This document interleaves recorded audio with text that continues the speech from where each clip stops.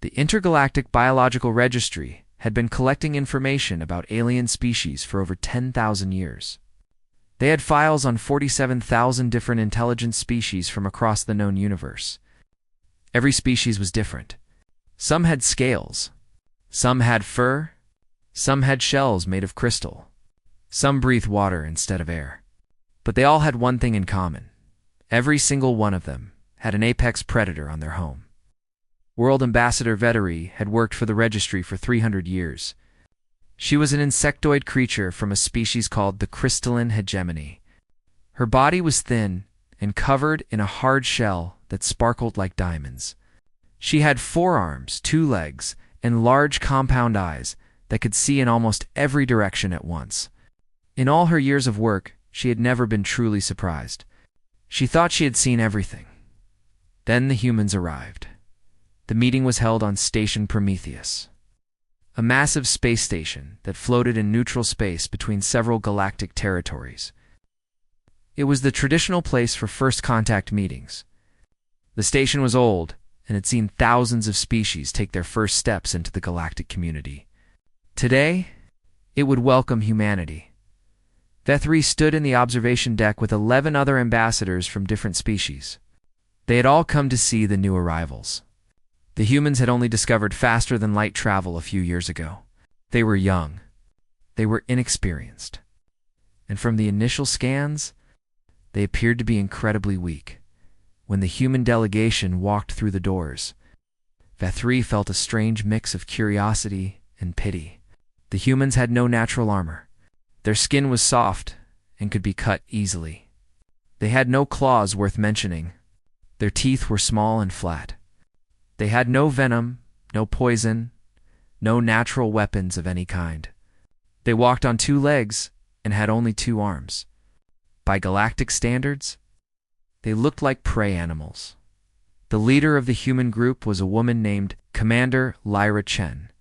She was average height for a human, with black hair pulled back tight against her head and dark eyes that seemed to notice everything. She walked with confidence that Vettery found puzzling. Why would such a fragile creature walk like she owned the room? Vettery stepped forward with her data tablet ready. She had done this thousands of times before. The questions were always the same, and the answers were usually predictable. "Welcome to the galactic community," Vettery said. Her translator device clicked and hummed as it converted her words into human language. "I am Ambassador Vettery of the Crystalline Hegemony. I work for the Intergalactic Biological Registry. Before we proceed with formal introductions, I must ask you some standard questions about your species and your homeworld." Commander Chen nodded. "Of course, we're happy to cooperate." Vettery looked down at her tablet. Question 1. What is the name of your homeworld? Earth. Question 2.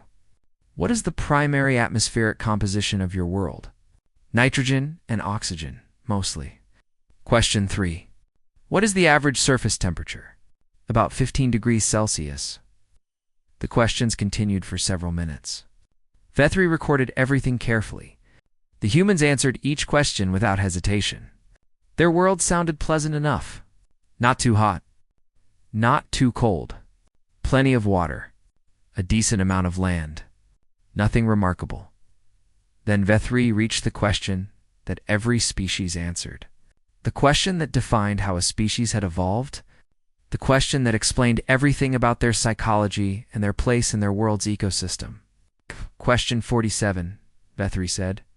Please describe your world's apex predator. This would be the dominant hunter that sits at the top of your food chain. The creature that shaped your evolution through predation. Commander Chen stopped. The other humans in her group exchanged looks that Vettery could not read. A strange silence fell over the human delegation. Then, slowly, Commander Chen smiled. It was a small smile. But something about it made Vettery's instincts suddenly scream danger. Chen raised one hand and pointed directly at her own chest. Vettery's antennae twitched in confusion. I apologize, Commander. Perhaps my translator made an error. I asked about your apex predator, the dominant hunter of your world. Your translator is working fine, Chen replied. Her smile did not fade. You heard my answer correctly? Fine, Vettery, the other ambassadors began to murmur. The Ithrani delegate pushed his way to the front of the group. His name was War Prince Korax, and he was enormous. He stood 9 feet tall and weighed over 800 pounds. His body was covered in thick armor plates that could stop most weapons. He had 4 arms, each ending in claws that could tear through metal. His species came from a death world where everything was trying to kill everything else. Only the strongest survived. Korax let out a deep, rumbling laugh. This is a joke. Yes? You cannot be serious. He gestured at the humans with one massive arm. Look at yourselves. You have no armor, no claws, no natural weapons. You are soft and weak and slow. You look like the creatures my people keep as food animals. You expect us to believe that you are your world's apex predator? The other ambassadors made sounds of agreement. Even Vithri had to admit that the claim seemed impossible. How could these fragile creatures possibly be at the top of their food chain? But Commander Chen did not look embarrassed or angry. She looked at Korax with an expression that Vethri could not identify. It was calm, patient, almost amused. And somewhere deep in Vethri's brain, an ancient survival instinct began to whisper warnings. War Prince Korax, Chen said quietly. May I ask you a question? Korax crossed his upper arms. Ask. On your world, when your ancestors encountered a predator larger and stronger than themselves, what did they do? Korax snorted. They fought. They killed it or died trying. That is the way of the strong. Chen nodded slowly. And if the predator was too strong to fight, if it was faster, bigger, more dangerous, then they died. That is natural selection. Interesting. Chen took a step forward. Despite being less than half the Ithrani's height, she did not seem small. On Earth, when our ancestors encountered a predator, they could not fight directly. They did something different. They followed it. They tracked it for hours, days, weeks, if necessary. They walked and walked and walked until the predator collapsed from exhaustion. Then they killed it. The room had gone silent. When that stopped being enough, Chen continued. They built weapons, spears, bows, traps. They learned to use fire and poison. They tamed wolves and turned predators into allies. They rode horses into battle. They built machines that could fly higher than any bird and swim deeper than any fish. She took another step forward. Korax took a step back without realizing it. Every predator on our world, War Prince, was either driven to extinction, tamed into submission, or pushed to the edges of our planet where we allow them to survive. Not because we are stronger, not because we are faster, but because we do not stop, we do not give up. We do not accept that anything is above us on the food chain. Vithria's data tablet slipped from her fingers. It clattered on the floor, but she did not pick it up. Commander Chen looked around the room at all the alien ambassadors. Her smile had not changed, but her eyes were different now. They were the eyes of something old and patient and utterly without mercy. You asked about Earth's apex predator, she said. Now you have your answer. Would you like us to explain further, or would you prefer a demonstration? Nobody answered. Nobody could think of anything to say. 3 days after the first contact meeting, Ambassador Vethri sat alone in her quarters on Station Prometheus. She had not slept well. Every time she closed her eyes, she saw Commander Chen's smile. That calm, patient, terrifying smile. The Galactic Council had demanded evidence. They refused to believe that humans were their own apex predator. It simply did not make sense. Every species in the known universe had evolved because something hunted them. Fear of predators was what drove evolution. It was what made species smarter, faster, stronger. The idea that a species could become the thing it feared was considered impossible. Vethri had been given access to Earth's historical and biological archives. The humans called them documentaries. They were recordings of their world, their animals, and their history. The Council wanted her to find the truth. They wanted her to discover what really hunted humans on their home world. She started with the basic biology files. She learned that Earth had many large predators: lions, tigers, bears, wolves, sharks, crocodiles. These were all dangerous creatures with claws and teeth, and hunting instincts. Surely one of these was the true apex predator. Then she watched the documentaries. The first one showed something called persistence hunting. Vethri watched a group of human hunters in a hot, dry land chase a large animal across the open plains. The animal was faster than the humans. Much faster. It ran away easily, and the humans seemed to have no chance. But the humans did not stop. They walked after the animal, slowly, steadily. When the animal stopped to rest, they kept walking. When the animal ran again, they followed. Hour after hour. The sun beat down on the dry earth. The animal was built for speed, not endurance. Its body could not cool itself while running for so long. But the humans could sweat. They could cool their bodies and keep moving. After 5 hours, the animal collapsed. Its heart gave out from exhaustion and fear. The humans walked up to it calmly and killed it. With simple spears, they had not outrun it. They had not outsmarted it. They had simply refused to stop until it died. Vethri paused the recording. Her hands were shaking. In all her years studying alien species, she had never seen anything like this. Most predators use speed or ambush or venom. The idea of just walking after prey until it died from fear and exhaustion was something nightmares were made of. She kept watching. The next documentary showed the history of human relationships with other predators. Vethri learned about wolves. Wolves were pack hunters with sharp teeth and strong jaws. They should have been dangerous enemies of early humans. Instead, humans had done something impossible. They had turned wolves into friends. Over thousands of years, humans selectively bred wolves into new creatures called dogs. These dogs were loyal to humans. They helped humans hunt. They protected human children. They became so connected to humans that they could read human facial expressions and understand human emotions. Humans had taken an apex predator and transformed it into a companion. But it did not stop there. Humans had done the same thing with horses. Horses were large, powerful animals that could easily kill a human with a single kick. Instead of avoiding them, humans learned to ride them. They sat on the backs of these powerful creatures and used them to travel, to carry goods, and to charge into battle. Humans had turned a potential threat into a living weapon.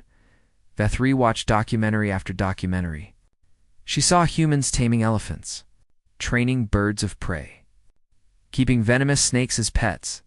Every animal on Earth, no matter how dangerous, had been studied, understood, and either avoided, killed, or controlled by humans. Then she found the hunting documentaries. She watched a human face, a charging bear. The bear was enormous, weighing over 500 kilograms. It had claws that could tear through wood and teeth that could crush bone. It ran at the human with murderous intent. The human stood his ground with nothing but a primitive spear. At the last moment, he stepped aside and drove the spear into the bear's chest. The bear died. The human walked away with a few scratches. She watched humans dive into water filled with sharks. Sharks were ocean predators, with rows of razor-sharp teeth and senses that could detect blood from miles away. The humans swam among them with only knives and cameras. Some of them were making recordings for entertainment. Others were studying the sharks for science. A few were simply proving that they could. She watched humans wrestle crocodiles. Crocodiles were ancient predators that had existed for millions of years, unchanged because they were already perfect killing machines. They had the strongest bite force of any animal on Earth, and humans grabbed them with their bare hands, taped their mouths shut, and carried them around like pets. Then Vethri found a recording that made her drop her data tablet. A human male with light brown hair and an enthusiastic voice was standing in a swamp. He was holding a large venomous snake by the back of its head. The snake was trying to bite him. Its fangs were dripping with venom that could kill a human in hours. The man was smiling and talking to the camera as if this was completely normal. "Isn't she beautiful?" the man said, holding the snake closer to the camera. "This little beauty could kill me in about 6 hours if she got a good bite in. But we're going to milk her for her venom today. That venom will be used to make anti-venom that saves lives." He then proceeded to force the snake to bite a piece of rubber stretched over a glass container. The venom dripped into the container. The snake thrashed and fought, but the human held it firmly with practiced ease. Vethri paused the recording. She turned to her human liaison, a young officer named Marcus Webb who had been assigned to help her understand Earth's archives. "What is this?" she asked, pointing at the screen. Marcus leaned over to look. "Oh, that's Steve. He was a wildlife expert. He used to catch dangerous animals with his bare hands and teach people about them. For what purpose? Entertainment, mostly. Education, too. He was really popular." Vethri stared at him. "He caught deadly venomous snakes for entertainment. Yeah, he also wrestled crocodiles, handled spiders, caught wild pigs, that sort of thing." Marcus shrugged like this was completely normal. Kids loved him. Children watched this. "Sure, I grew up watching his shows. He made learning about animals fun." Thria looked back at the screen. The human named Steve was now releasing the snake back into the swamp, still smiling and waving at the camera. He seemed genuinely happy. He had just handled a creature that could kill him. He acted like it was the best day of his life. She thought about her own childhood on the crystalline homeworld. Her species had evolved to fear their apex predators. Those fears were built into their very DNA. The thought of approaching a dangerous creature willingly, for fun, was absolutely unthinkable. But humans did it for entertainment. They showed it to their children. They made heroes out of the people who did it best. Vethria saved her work and closed the files. She sat in silence for a long time, trying to process everything she had seen. The Galactic Council wanted to know what hunted humans on their home world. They wanted a simple answer. They wanted to know which creature had shaped human evolution through fear. But there was no simple answer. Humans were not shaped by fear. They were shaped by something far more terrifying. They were shaped by the absolute refusal to be afraid. Every predator on their world had become either a pet, a trophy, or a memory. Every danger had become a challenge to overcome. Every monster had become a story to tell around fires. That night, Vethri submitted a formal request to be transferred to a different assignment. She did not want to study humans anymore. She did not want to learn more about what they were capable of. Some truths, she decided, were better left unknown. Her request was denied. The council wanted a full report. Vethri did not sleep well that night either. War Prince Corax could not accept what he had seen. The documentaries meant nothing to him. Recordings could be faked. Stories could be exaggerated. He had been a warrior his entire life. He had killed his first apex predator when he was only 12 cycles old. He had conquered enemies across 3 star systems. He knew what a real predator looked like. Humans were not predators. They could not be. They were soft and weak and fragile. The whole thing was obviously some kind of trick to make other species afraid of them. Corax had seen prey animals do similar things on his homeworld. They would puff themselves up and make loud noises to seem more dangerous than they were. Humans were doing the same thing. He decided to prove it. The traditional Ythrani hunt was an ancient ritual. 2 opponents would be released into a wilderness area with nothing but their natural abilities. No technology. No weapons except what could be made from the environment. The goal was simple. Each opponent would plant a flag at their starting position. The first one to capture the other's flag would be declared the winner.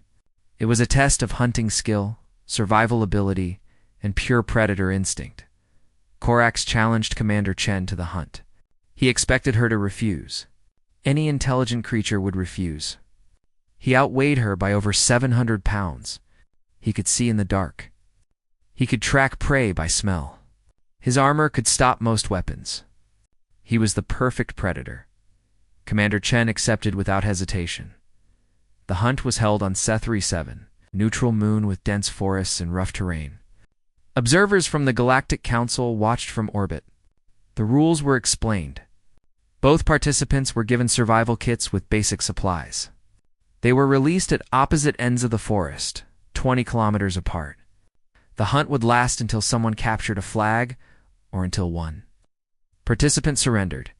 Corax planted his flag and immediately began tracking his prey. His infrared vision let him see heat signatures through the darkness. His nose could detect scents from miles away. He moved through the forest like a shadow, confident that he would find the human quickly and end this foolish challenge. The first day passed without contact. Korax found human tracks near a small stream. He followed them for several hours, but they led in circles and then disappeared completely. He searched the area thoroughly, but found nothing. The human had vanished. He was not worried. Prey animals often hid at first. She would make a mistake eventually. They always did. The second day was more of the same. Korax found more tracks, more signs of movement, but never the human herself. He found a small fire that had been lit and then abandoned. He found broken branches that seemed to point in one direction, but when he followed them, he found nothing. He was starting to feel frustrated. On the third day, Korax realized something disturbing. He had been hunting for over 60 hours. He had not seen the human once. He had not even gotten close. But he had found her traces everywhere. She was moving through the forest like a ghost, leaving signs that led nowhere. Wasting his time with false trails, she was not hiding from him. She was playing with him, the realization made. His blood ran cold. On his homeworld, prey animals ran and hid. They did not play games. They did not leave false trails. They did not try to waste a predator's time. Only other predators did that. Only creatures that were not afraid. Korax doubled his efforts.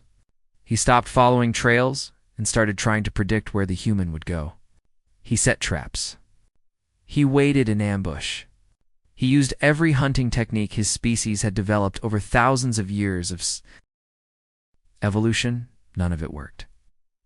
On the fourth day, Korax stopped to drink from a stream. He had barely slept. He was starting to doubt himself. Where was she? How was she avoiding him so completely? He stood up and turned around. There was a message carved into a tree directly behind where he had slept the previous night. 4 words in universal. Standard. I was here too. Korax stared at the message. His secondary heart began to beat faster. She had been there. While he was sleeping, she had been close enough to carve words into a tree, just a few feet from his head. She could have attacked him. She could have killed him in his sleep. Instead, she had chosen to let him know that she could have. The hunt changed after that. Korax found himself looking over his shoulder constantly. He jumped at sounds in the forest. He could not sleep properly because he kept imagining her watching him from the shadows. Every rustle of leaves made him spin around. Every bird call made him reach for a weapon that was not there. He was afraid.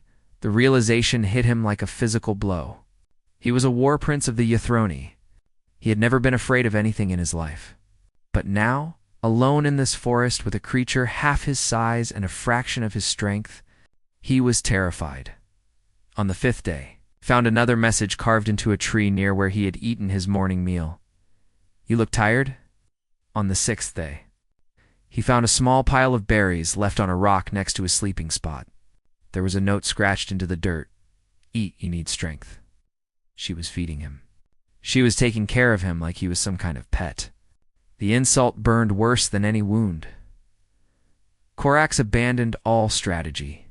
He charged through the forest, roaring challenges demanding that she face him. He tore through bushes and knocked down small trees. He was done with games. He was done with fear. He would find her and he would end this. He searched for hours. He found nothing. On the 7th day, Korax woke up to find his flag gone.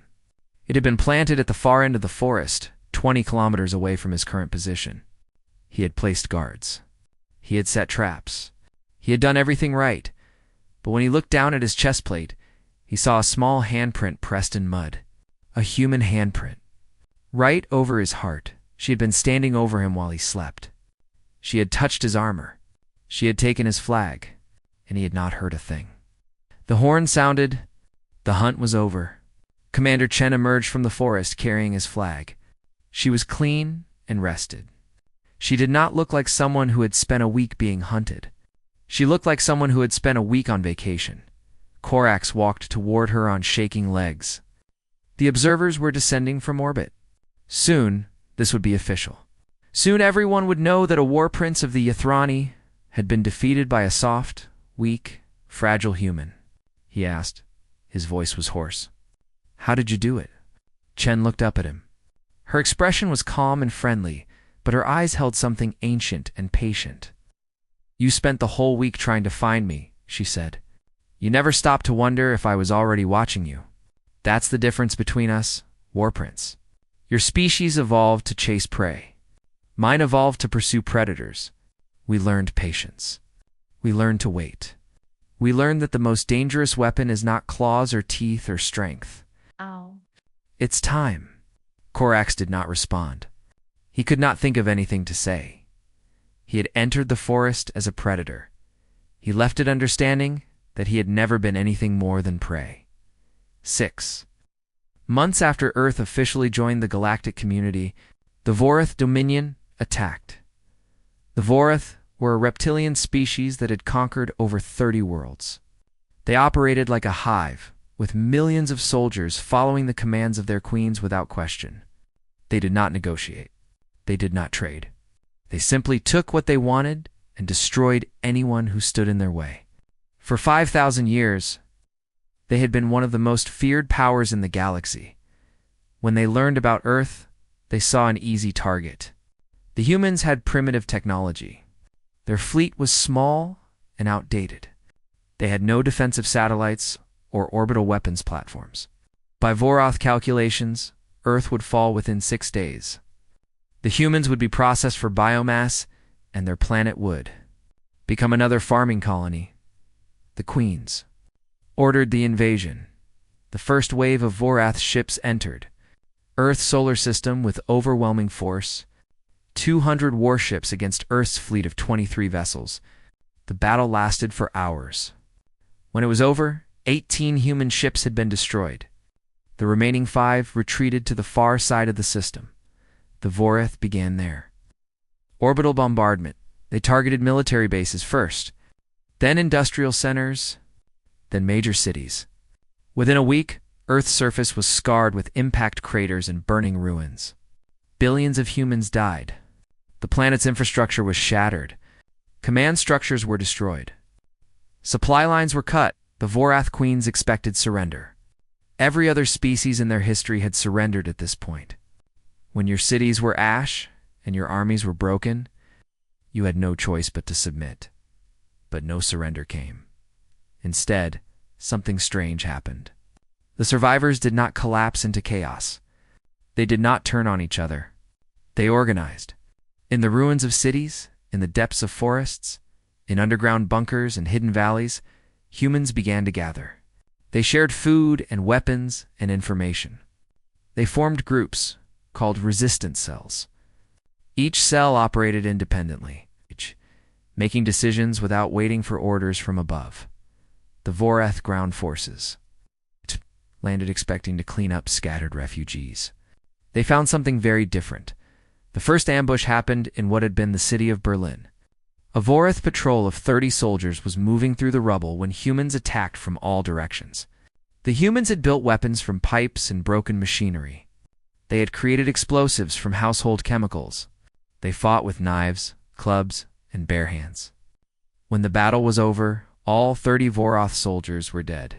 The humans vanished into the ruins before reinforcements could arrive. Similar attacks happened everywhere. The Vorath controlled the skies and the open ground, but the humans controlled the shadows. They attacked at night. They struck from underground tunnels and collapsed buildings. They used traps and ambushes and tricks that the Vorath had never encountered before. The Vorath commanders were confused. They had destroyed the human military. They had killed billions of people. They had reduced the planet to ruins. By every model they had, the humans should be broken. They should be begging for mercy instead. The resistance was growing stronger every day. Ambassador Vethria had been on Station Prometheus when the invasion began. She had watched the reports with growing horror. When the Galactic Council asked her to serve as an independent observer, she had accepted immediately. She needed to understand what was happening. What she found on Earth changed everything she thought she knew about humans. She visited a resistance. camp hidden in the mountains of what had been Switzerland. The humans there had nothing. Their clothes were torn. Their weapons were primitive. They had barely enough food to survive, but they were not defeated. Their eyes burned with something that Vethri had never seen in any prey species. They were not fighting to survive. They were fighting because they refused to accept that they could lose. One of the resistance leaders, a woman named Maria Santos, explained it to her. The Vorath think they won because they destroyed our cities. They don't understand. Cities can be rebuilt. Armies can be reformed. As long as one human is alive and willing to fight, we haven't lost. That's what they don't get. We don't give up. We never give up. Not ever. Vethri transmitted a report to the Galactic Council that night. Her words would be studied for centuries. The Vorath made a critical error in their invasion strategy.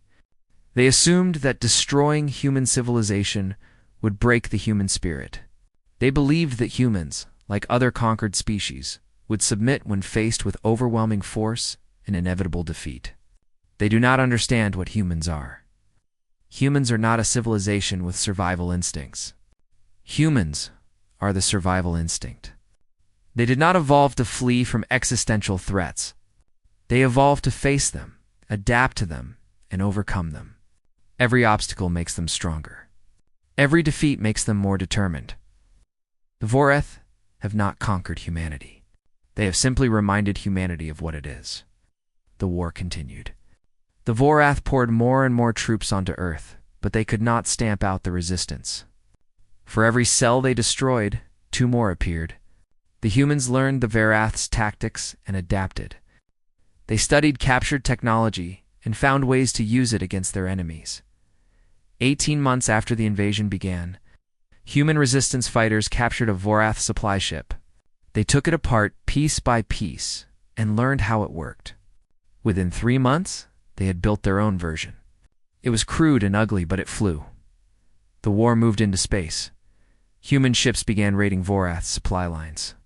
They attacked troop transports and fuel depots. They used tactics that the Vorath had never seen before: hit-and-run attacks, psychological warfare, deception, and misdirection. The humans fought like no species the Vorath had ever encountered. By the end of the 2nd year, the tide had turned completely. The Vorath fleet was being destroyed piece by piece. Their supply lines were in chaos. Their soldiers on Earth were cut off and desperate. The Queens ordered a full retreat. The humans did not let them go. Human ships pursued the Vorath fleet across 3 star systems. They attacked every Vorath base they could find. They freed every slave species the Vorath had ever conquered. World after world was liberated. The Vorath queens sent messages begging for peace. They offered territory. They offered resources. They offered anything the humans wanted if they would just stop fighting. Commander Lyra Chen, now Admiral Chen, received the final surrender transmission aboard her flagship. The Vorath queens appeared on screen, their reptilian faces showing something that Vethreya had never seen on a Vorath before. Fear. Accept your surrender, Chen said calmly. Your empire is dissolved. Your conquered worlds are free. Your military will be dismantled. You will face justice for your crimes. The queens had no choice but to agree. The war was over. Humanity had gone from a nearly extinct species, fighting for survival in the ruins of their own planet, to the dominant military power in the region. They had absorbed Vorath territory and freed over 30 enslaved species. They had proven to the entire galaxy that they were exactly what they claimed to be, the apex predator of Earth. And now, the apex predator of the stars. 50 years had passed since first contact. The galaxy had changed in ways that nobody could have predicted. Ambassador Vethri stood in her office on Station Prometheus, looking out at the endless stars. She was old now. Her crystalline shell had lost some of its shine, and she moved more slowly than she used to. But her mind was still sharp, and her position had never been more important. She was now chief xenobiologist for the Galactic Council. Her job was to study and understand the many species that made up galactic civilization. But everyone knew there was only one: species that really mattered anymore. Humanity had spread across the stars like water, finding cracks in stone. They went everywhere. They did everything. They changed everything they touched. Human merchants dominated. It's the most dangerous trade routes because they were willing to travel through regions that other species considered too risky. While other traders avoided the dark space corridor with its unstable wormholes and radiation storms, human ships flew through it every day. The profits were enormous. Humans seemed to enjoy the danger. Human soldiers served as elite forces for a dozen allied nations.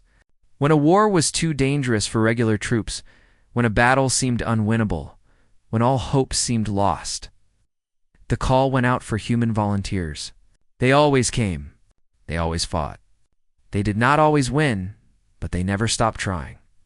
Other species watched in amazement as humans charged into situations that should have been certain death, found some impossible angle, and somehow survived. Human explorers pushed deeper into uncharted space than any species before them. They discovered new worlds, new resources, new forms of life. When asked why they took such risks, they gave answers that confused every xenopsychologist in the galaxy. They said things like, because it's there, or to see what's on the other side, or simply why not. They seemed to be driven by a need to know, to explore, to push beyond every limit. But it was not just their courage or their stubbornness that changed the galaxy.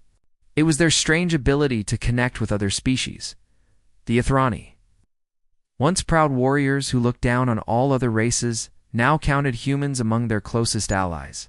War Prince Korax had spent years studying human culture after his defeat in the hunt. He had come to respect them deeply.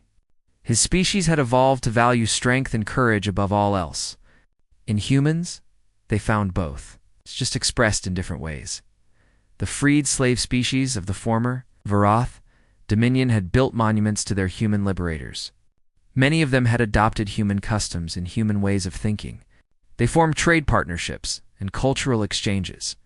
Some even moved to Earth to live among the people who had saved them, even species that had initially feared. Humanity had learned to work with them.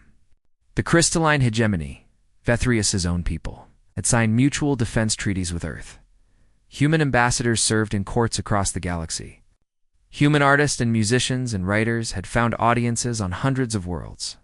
Human food had become popular everywhere, though most species needed the spices reduced significantly. Vethri had spent 50 years trying to understand how this had happened. How had a species that looked like prey animals become the most influential force in galactic civilization? How had soft, fragile creatures with no natural weapons become the thing that other species both feared and admired? Today, she would finally publish her answer. Her report to the Biological Registry had taken decades to complete. It was the most comprehensive study of humanity ever produced. Millions of documents, thousands of interviews, hundreds of case studies. Every aspect of human biology, psychology, and culture had been examined. The conclusion was simple. But it had taken Vethri 50 years to truly understand it. She began to speak. Recording her final summary, we searched for Earth's apex predator, expecting to find a beast. We looked for something with claws and fangs and armor. We assumed that the creature which shaped human evolution would be larger, stronger, and more dangerous than the humans themselves. We found something far more terrifying. We found a species that treats the entire concept of predator as a challenge to overcome. Every obstacle they encounter becomes fuel for adaptation. Every enemy becomes a teacher. Every impossible situation becomes a story they tell their children. They do not simply survive threats. They absorb them. They learn from them. They become stronger because of them. They do not fear the dark. They carry fire into it. They do not flee from predators. They learn to become something greater than predators. The question, what is Earth's apex predator, was flawed from the beginning. It assumed that apex predators are defined by physical traits like strength or speed or venom. On Earth, the apex predator is defined by something entirely different. It is defined by one simple characteristic: the refusal to stop. Humans do not give up. They do not accept defeat. They do not believe in impossible. When they encounter a wall, they go over it or under it or through it or around it. When they face a predator, they find a way to become the predator. When the universe tells them no, they ask why not, and then they prove the universe wrong. In 50 years, I have watched humanity spread across the stars. I have seen them tame death worlds that killed every previous colony attempt. I have seen them befriend species that everyone else avoided. I have seen them topple empires that had endured for thousands of years. And in all that time, I have learned only one truth that matters. Humans were never prey. They were never even predators in the traditional sense. They are something the universe has never seen before. They are a species that looked at natural selection, the cold and brutal law that governs all life, and decided that it applied to everything except them. They decided that they would not be shaped by their environment. They would shape their environment instead. They are the species that hunts the hunters, the survivors who refuse to merely survive, the soft creatures who conquered the stars because nobody could convince them that they couldn't, are humanity. And the galaxy will never be the same. V3 ended the recording and saved the file. Tomorrow, it would be distributed to every world in the galactic community. Every species would read her conclusions and understand what humanity really was. She walked to her window and looked out at the stars. Somewhere out there, human ships were exploring unknown space. Human traders were making deals. Human soldiers were fighting for people they had never met. Human families were raising children who would grow up to do impossible things. She thought about Commander Chen, now long retired on Earth. She thought about War Prince Korax, who had become one of humanity's greatest advocates. She thought about all the species that had learned to live alongside humanity in the past. 50 years, the galaxy had been afraid of humans at first. That fear had been reasonable. Humans were dangerous in ways that other species could barely understand. But fear had slowly turned into respect. And respect had turned into something else. Something that surprised everyone, including the humans themselves. Hope. Because if humans could do the impossible, then maybe impossible wasn't real. Maybe the limits that other species had accepted for thousands of years were just walls waiting to be climbed. Maybe the universe was bigger and stranger and more wonderful than anyone had imagined. V3 smiled. It was an expression she had learned from humans. The galaxy had changed. Humanity had changed it. And somewhere, in the heart of the Galactic Council's Great Hall, a new statue had been built. It showed a human standing among carved figures of 100 alien predators. The human was small and soft and fragile. It held no weapon, just an open hand. The plaque beneath it read, "We come in peace. Do not make us come in pieces." The galaxy had learned to take that warning very seriously indeed.